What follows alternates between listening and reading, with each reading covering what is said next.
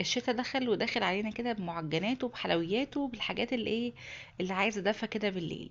فعايزه اقول لكم بقى ان احنا هنعمل كده من اول وصفاتنا او اول حاجه احنا بنحتاجها كتير جدا في الشتاء، وهو الحليب المكثف. بنحتاجه بقى للسينابون للكيكات، لكمان السحلب لحاجات كتيره قوي قوي. طبعا هنعمل الحليب المكثف النهارده، وكمان يعني هنعمل وصفته النهارده، وبعد كده ان شاء الله في الفيديوهات الجايه هندخله بقى في مكونات كتيره وفي وصفات كتيره جدا.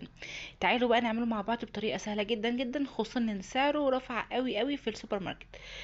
اول حاجه انا محتاجه كوبايه من الحليب البودر، ومحتاجه كمان ربع كوبايه من الميه، ونص كوبايه من السكر البودر. لو مش عندك سكر بودر فانت اعملي زي ما انا عملت كده. يعني انا كسلت بصراحه اطحن، فانا دوبت كده 4 معالق من السكر مع ربع كوبايه من الميه. وطبعا الميه اللي انا استخدمتها النهارده هي ميه سخنه، انا جايباها من الكاتل على طول على الكبه كده. في الكبه او في الخلاط بضيف بقى الحليب البودر وكمان السكر مع الميه زي ما قلت لكم، انا دوبتهم الاول، وبعد كده بضربهم ضربتين كده مع بعض لحد ما بيدوبوا.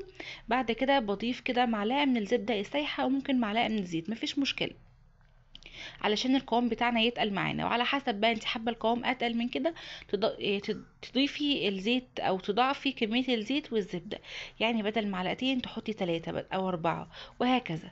واضربهم ضربتين كمان وبس. خلاص الحليب المكثف المحلى جاهز معانا. عايزه اقول لكم طعمه رهيب، بيتاكل كده والله اكل.